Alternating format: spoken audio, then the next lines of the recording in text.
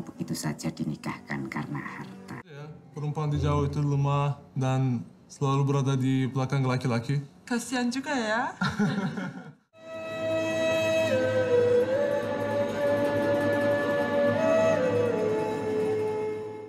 Tidak, tidak. Ibnu, cukup. Cukup, Ibnu. Halo pemirsa semuanya, berjumpa lagi kita di channel ini. Untuk kalian yang pertama kali mengunjungi channel ini, saya ucapkan salam kenal. Dan jika kalian menyukai video ini, silahkan like, komen, dan subscribe.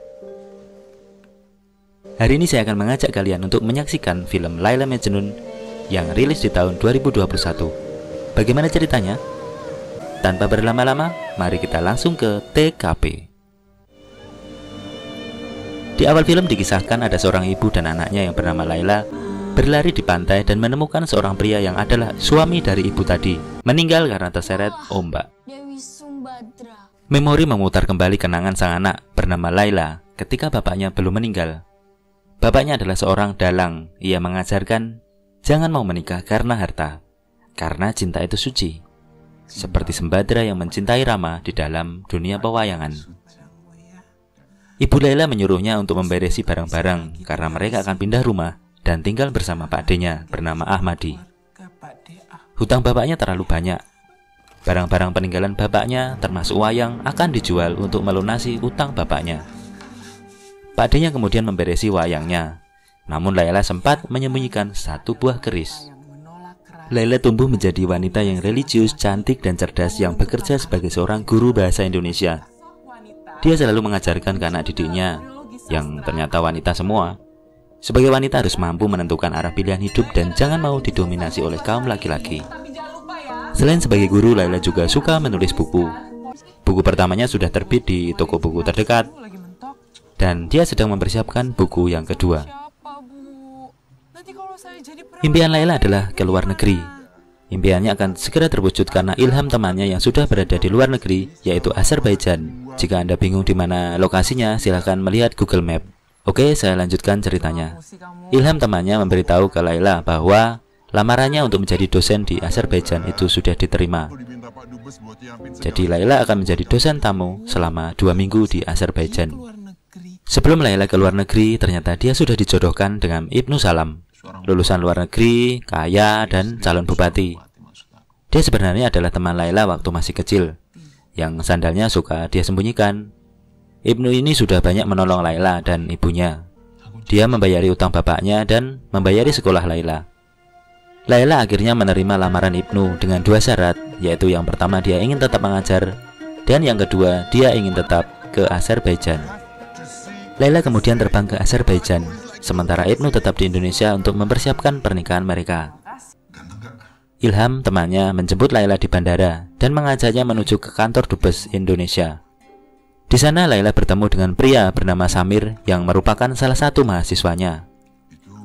Di kampus, Samir ini adalah mahasiswa yang paling menyukai pelajaran sejarah, terutama sejarah Indonesia dibandingkan teman-temannya. Kedekatan antara Laila dan Samir berawal ketika Samir mengantar Laila jalan-jalan mengelilingi Azerbaijan sebagai tour guide-nya. Laila terpesona pada kepribadian Samir yang baik hati dan romantis. Begitupun dengan Samir yang mulai menyukai Laila. Ilham, teman Laila, sebenarnya sangat mendukung hubungan Laila dan Samir. Beberapa kali Ilham mengajak mereka pergi bersama dan memberi kesempatan agar Samir dan Laila semakin akrab. Saat cinta keduanya semakin dalam, Laila harus mengingat kembali bahwa dia sudah dipinang oleh Ibnu dan akan segera menikah. Laila berada dalam dilema antara memilih Samir sebagai pria yang dicintainya atau tidak mengecewakan keluarganya dengan memilih Ibnu. Ibnu akhirnya menyusul Laila ke Azerbaijan, sekalian foto prewed di sana. Ibnu akhirnya curiga pada hubungan Laila dan Samir, sehingga Ibnu memohon izin Dubes untuk mempercepat kepulangan Laila ke Indonesia. Tanpa sempat berpamitan kepada Samir, Laila pulang ke Indonesia. Samir merasa terpukul dan dia pergi ke padang gurun. Di sana dia sudah seperti orang gila. Dan cerita ini mirip dengan cerita Laila Majnun. Laila akhirnya mengirim surat untuk Samir dan menyatakan takkan melupakan Samir. Samir akhirnya menyusul Laila ke Indonesia dan menjadi seorang dosen. Setelah tahu Samir ada di Indonesia, Laila sebenarnya ingin menemuinya. Namun hatinya bergejolak antara ingin menemui dan tidak ingin menemui. Dilema semakin berlanjut. Kepada ibunya dia mengatakan isi hati sesungguhnya, dan ibunya siap mendukung apa keputusan Laila. Pak D. Ahmadi mengurung Laila di dalam kamar agar Laila tidak menemui Samir. Namun ibunya malah membebaskan Laila.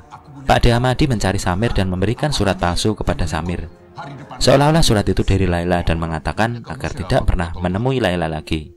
Samir masih setia untuk menunggu Laila.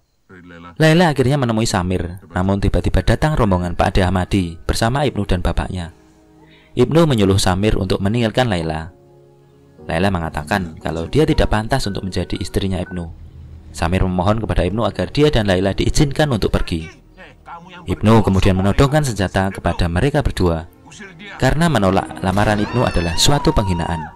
Dan sebuah insiden terjadi. Pak D. Ahmadi malah kena tembakan pistol Ibnu.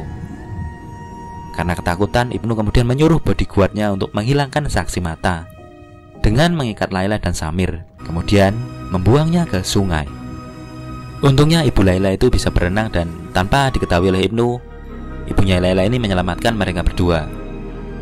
Dan di akhir cerita, Laila dan Samir kemudian tinggal di Azerbaijan dan memiliki seorang anak, dan mereka hidup bahagia.